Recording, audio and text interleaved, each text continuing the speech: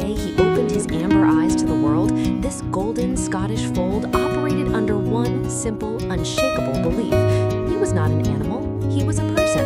A small, furry, four-legged person, but a person, through and through. He sat at the dinner table, he watched television from the couch like he had strong opinions about the programming. He reached for things with his paws exactly the way a hand reaches, deliberate, certain, completely unhurried. And every single morning, without fail, he stood up on two legs, raised both paws into the air, and waited.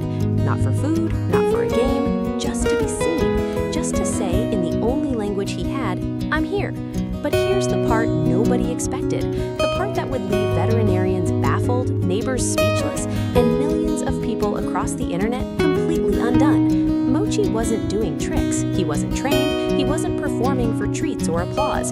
He simply believed. And to understand why that belief would one day change two lives completely, we have to go back to the beginning. It started in a small apartment in the city where a young woman named Sarah lived alone. Sarah had always been practical. She didn't believe in signs. She didn't believe things happened for a reason. She believed in spreadsheets, grocery lists, and getting to work on time. She had thought about getting a cat before, but always talked herself out of it. Too chaotic, too unpredictable, too much.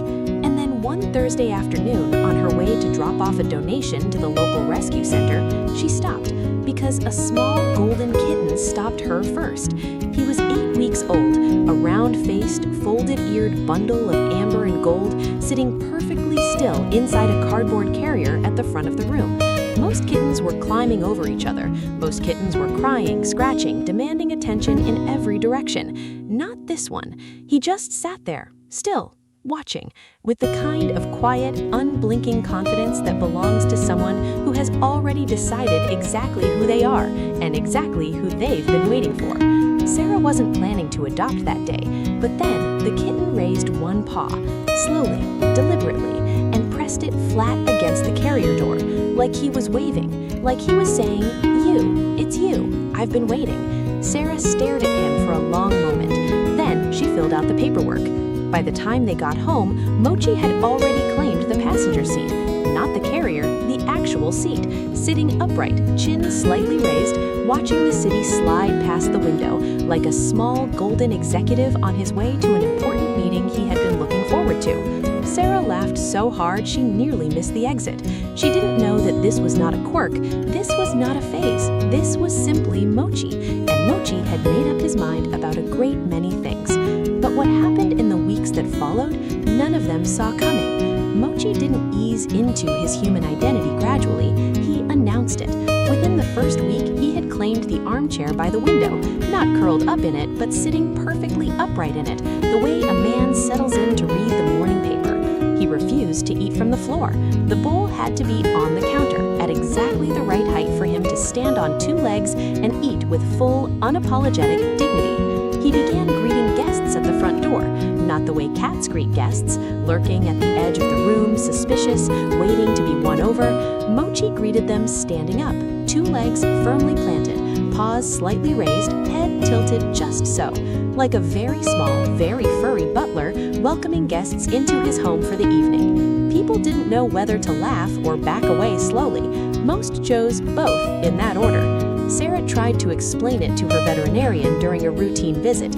She said, "He just stands all the time, like a person." The vet listened patiently. She ran every test she could think of. She said, "He's perfectly healthy, structurally, physically, completely fine." She paused.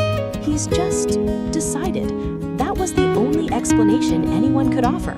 Mochi had decided, and with the particular iron-willed stubbornness of a Scottish fold who had made up his mind, nobody was going to change it. I see you still haven't subscribed, and honestly, that breaks my heart a little, because Mochi deserves a real audience. Hit that button right now. But the armchair, the standing at the door, little did anyone know that was only the beginning. The moment that changed everything happened on a Tuesday afternoon. Sarah wasn't trying to record anything. She had been chopping vegetables in the kitchen, running late, already exhausted, not paying attention to anything except the cutting board in front of her. She heard a sound behind her. She turned, and there was Here's Mochi, standing at the kitchen counter, both paws raised, eyes locked directly on hers, completely still, completely serious, like he was about to deliver news. Sarah reached for her phone without thinking. She pressed record. She didn't say a word. She just watched. And then, at exactly 3:17 in the afternoon, Mochi reached out one golden paw and tapped her on the hand, gently, deliberately, the way you tap someone when you need them to know you're there, the way you reach for someone when words aren't enough, when presence is the only language left. Sarah froze. The vegetables sat forgotten on the counter. The clock ticked. Everything had gone very, very quiet. And the small golden cat in front of her, standing on two legs, paws still resting on her hand, amber eyes holding perfectly steady, didn't move either, like he had already done what he came to do. She uploaded the video that night without thinking much of it. By the next morning, it had nearly 3 million views. By the end of the week, 14 million. The comments came in from everywhere, from people who had never owned a cat, from people who had lost one. Some stories are too good to keep to yourself. But there was one comment that stopped her completely, one she kept coming back to over and over again. It said, "He's not a cat pretending to be human. He's just a soul who knows exactly who he loves." Sarah read that for a long time because it was the most accurate thing anyone had ever written. Mochi wasn't performing, he wasn't showing off. He was simply reaching out, the way he always had, since that very first afternoon in the rescue center when he pressed one small paw against the carrier door and quietly, patiently chose her. Mochi is 3 years old now. He still sits in the armchair like he owns it, because he does. He still greets every single guest at the door, standing tall, paws raised, head tilted with the quiet authority of someone who has always known exactly who he is. He still stands at the counter to eat with a dignity that requires no explanation. And every single evening, without fail, when Sarah's key turns in the lock, he is standing there, two legs, paws slightly raised, waiting, not for a treat, not because he was taught to, but because that is simply who he is. From that very first Thursday afternoon, something in that apartment was never quite the same, because Mochi didn't just decide he was human, he decided Sarah was his. And in the quiet language of cats, of paws pressed against glass, of amber eyes that hold steady, of small, warm bodies that simply stand up and stay, that is the most human thing of all. Some souls don't need words to tell you they belong with you. They just stand up and stay. Maybe the question was never whether Mochi thinks he's human. Maybe the real question is much simpler.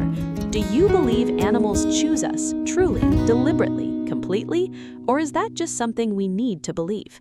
Tell me in the comments.